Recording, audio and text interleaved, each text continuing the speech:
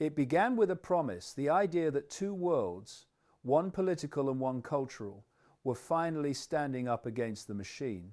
Donald Trump and the Tate brothers emerged as the faces of rebellion in an age that worshipped compliance. They spoke the language of defiance, of breaking systems, of saying what no one else dared to say.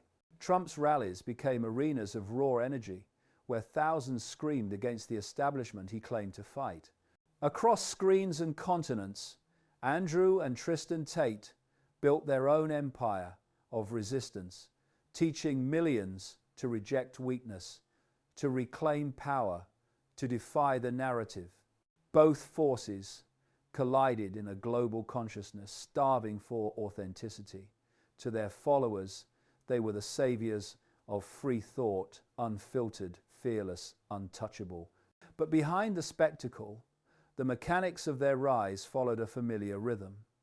Their messages spread too perfectly, their controversies too conveniently timed. Media giants they claimed to fight couldn't stop talking about them. Social platforms that allegedly censored dissent somehow ensured their every word trended. The rebellion didn't look underground, it looked sponsored. The system they swore to destroy seemed to amplify them instead. Yet no one wanted to question it. People were too hungry for heroes. Every soundbite became gospel, every scandal proof of persecution. The irony was exquisite. The establishment's loudest critics were now its most profitable creations. The algorithm adored them because they divided people beautifully, and division was the new fuel of the age. The rebellion had a face, a slogan, and a market. The line between genuine defiance and orchestrated chaos blurred until no one could tell the difference. What once felt like an uprising was beginning to look like a performance, and the audience didn't care as long as it felt real. The rebellion didn't grow organically, it was engineered. Every tweet, every clip, every scandal involving Trump or the Tate brothers followed the same invisible pattern, spreading faster than any grassroots movement could. The internet's algorithms, supposedly neutral, worked like invisible hands, pushing their content to the forefront of public consciousness. The more outrageous the statement, the wider the reach. Outrage became the engine, and algorithms were the gears. Platforms that silenced countless activists for speaking against real power somehow had room for every clip of Andrew Tate talking about masculinity or Trump mocking his political enemies.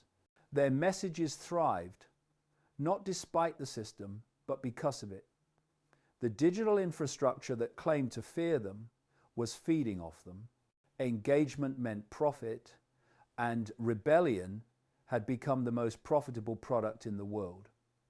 Every debate, every controversy, every viral soundbite was monetized, transformed into data points and ad revenue. Users weren't followers, they were customers of outrage. What once felt like defiance became part of an endless cycle of emotional consumption. The system had learned that rebellion could be controlled not through censorship, but through saturation. When everything becomes rebellion, nothing truly challenges power. The more they spoke, the more predictable the reaction became. The illusion was perfect. People believed they were awakening, while the algorithm quietly studied, categorized, and sold their anger back to them. It rewarded the loud, punished the subtle, and made complexity invisible. The Tate clips became sermons, Trump's speeches became spectacle, and the internet turned revolution into reality TV. In the end, rebellion no longer needed to overthrow the establishment. It had become one of its most efficient tools. The people scrolling didn't notice. They were too entertained by their own awakening. The stage was set, and the actors knew their lines. Trump stood as the political messiah, the billionaire outsider who promised to drain the swamp while the Tate brothers roared as cultural revolutionaries waging war against weakness and censorship. Together, they formed the perfect cast for a divided world desperate for meaning.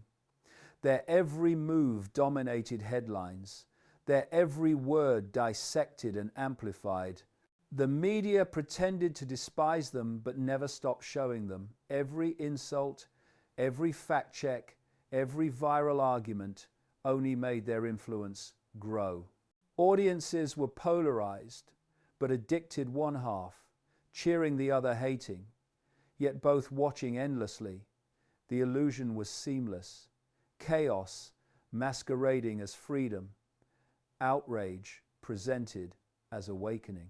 In reality, it was theater scripted, not in backrooms, but through algorithms and market psychology. Trump's rallies became massive shows of spectacle, flags waving, music blaring, crowds chanting slogans that felt revolutionary but ended the moment the cameras turned off. The Tate brothers' podcasts and interviews followed the same formula: shock, provoke, divide, repeat. Each controversy fed the cycle, and the more people fought over their words, the deeper the system entrenched itself. Beneath the noise, real power was operating quietly, corporations expanding influence, surveillance systems tightening, and economies being restructured under the radar. The audience was too distracted by the drama to notice the plot. The supposed anti-establishment icons had become the system's most effective performers, keeping people emotionally engaged but politically powerless. The rebellion was no longer about truth, it was about spectacle. Every headline was a script, every reaction a cue. The theater of outrage ran 24 hours a day, and the curtain never closed. People thought they were witnessing a revolution. In truth, they were watching a perfectly orchestrated show and applauding their own distraction. Behind the roar of crowds and the chaos of social media, there was order and elegant machinery of profit disguised as rebellion. Every word Trump spoke, every clip of Andrew or Tristan Tate that went viral, was part of an economy built on outrage.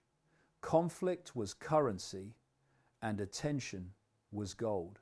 The system had learned that it didn't need to silence dissent. It only needed to monetize it.